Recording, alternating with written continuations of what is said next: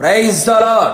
సర్వయుగములలో సజీవుడైన యేసుక్రీస్తు నామములో మీ అందరికీ పునరుత్థానపు బలము, ప్రభావము, శుభము యుగయుగములు కలుగునుగాక. ఈ దినపు యేసయ్య జీవపు మాట. సమూయేలు రాసిన 2వ గ్రంథం 7వ అధ్యాయం 29వ వాక్య భాగం. నా కుటుంబము నిత్యము నీ సన్నిధిని ఉండునట్లుగా దానిని ఆశీర్వదించుము. సకల ఆశీర్వాదములకు కారణభూతుడైన యేసయ్య సన్నిధిలో నిలిచి ఆయనను ఆత్మతో సత్యముతో ఆరాధించుచు ఆయన కార్యములను వివరించుచు ఆత్మీయ యాత్రలో ఆత్మానందముతో నడిపించబడుచున్న నా దేవుని ప్రియులారా, ప్రతి ఆత్మీయుడు కోరుకొనవలసిన ఒక అందమైన కోరిక నా కుటుంబము నిత్యము ఆయన సన్నిధిలో ఉండాలని. దావీదు మహారాజై ఉండి ఎంతటి చక్కటి కోరికను అడుగుచున్నాడు. సింహాసనమును గురించి కానీ, రాజ్యాన్ని గురించి కానీ, అధికారాన్ని గురించి కానీ, ఘనత, ఐశ్వర్యం ఇలా ఏది కోరుకోక అడగక వీటన్నిటికంటే విలువైనది, ఘనమైనది, గొప్పది, అత్యున్నతమైనది దేవుని సన్నిధి అని గ్రహించిన వాడై ఆయన సన్నిధిలో ఉండాలని తన కుటుంబం ఆశించాడు. ఒక్కసారి ఆలోచించు ఆత్మీయుడా, నీవెప్పుడైనా ఏ రోజైనా ఇలాంటి కోరిక నీ కుటుంబాన్ని గురించి కోరితివా, ఆశించితివా, ప్రార్థించితివా? ఆలోచించు.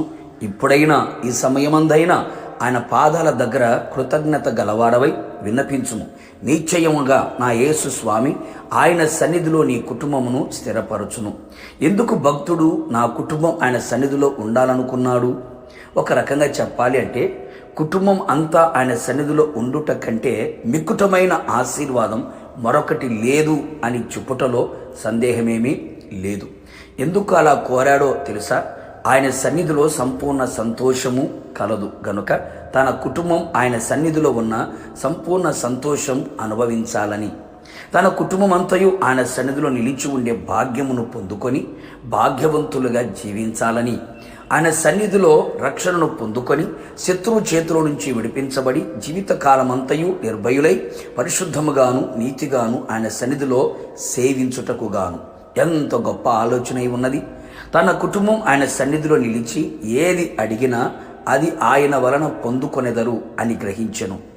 దేవుని కోపము అడ్డుకొని ఆయన తన కుటుంబం ఎడల జాలి, కరుణ, దయ, కృప, కటాక్షము గలవాడై ఉండు విధముగా ఆయన సన్నిధిని తన కుటుంబమును ఉండాలని ఆశించెను. ఎలాంటి సమస్యలు, శోధనలు, కష్టాలు, కన్నీళ్లు, ఇరుకులు, ఇబ్బందులు, పలు విధములైన ప్రతికూలతలు పర్వతము వలె నీ ఎదుట నిలిచి ఉన్నా ఆయన సన్నిధిలో మైనము వలె కరిగిపోవును గనుక తన కుటుంబం ఆయన సన్నిధిలో యథార్థవంతులై జీవించాలని కోరుకొనెను. కావున నా దేవుని ప్రియులారా, మనమందరము కూడా ఇట్టి ఆత్మీయ ఆలోచన కలిగిన వారమై ఆయన సన్నిధిలో నిరంతరము కుటుంబం స్థిరపరచబడినట్లుగా దేవుడు కృప దయచేయునుగాక. మీ కుటుంబములన్నీ దేవుని సన్నిధిలో ఉండి ఆశీర్వదించబడుదురుగాక. ప్రార్థన. సకల ఆశీర్వాదములకు కారణభూతుడైన నా ప్రియ పరలోకపు తండ్రి, నీ పరిశుద్ధమైన పాదములకి కోటాను కోట్ల స్తుతులు, స్తోత్రములు చెల్లించుచు ఉన్నాం. మరొక్క మారు మీ పాద సన్నిధిలో నిలిచి మీ నోటి నుండి వచ్చే ప్రతి మాట మా జీవితానికి జీవాన్ని కలుగు చేయుచున్నదని విశ్వాసముతో ఎదురు చూస్తూ ఉన్నాం. అవును ప్రభువా, ఈ పునరుత్థానపు దినమున ప్రభు తండ్రి మీ సన్నిధిలో కుటుంబమంతా నిలిచి ఉండాలని, ఆ విధంగా ఆశీర్వదించబడాలని ఎంతమంది అయితే నీ సన్నిధిలో ప్రార్థిస్తున్నారో వారందరి జీవితంలో గొప్ప కార్యములు చేసి కుటుంబం అంతా కూడా మీ సన్నిధిలో నిలిచి ఉన్నట్లుగా ఆశీర్వదించమని కోరుతూ ఉన్నా. నిశ్చయముగా ఇట్టి కార్యములు మీరు చేసినందుకై నిండు మనసుతో కృతజ్ఞతలు తెలియపరుస్తూ యేసు నామములో అడిగి పొందుకున్నాము తండ్రి, ఆమేన్. నిశ్చయముగా మీరును మీ కుటుంబ సభ్యులందరూ ఆయన సన్నిధిలో స్థిరపడి ఉందురుగాక. God bless you.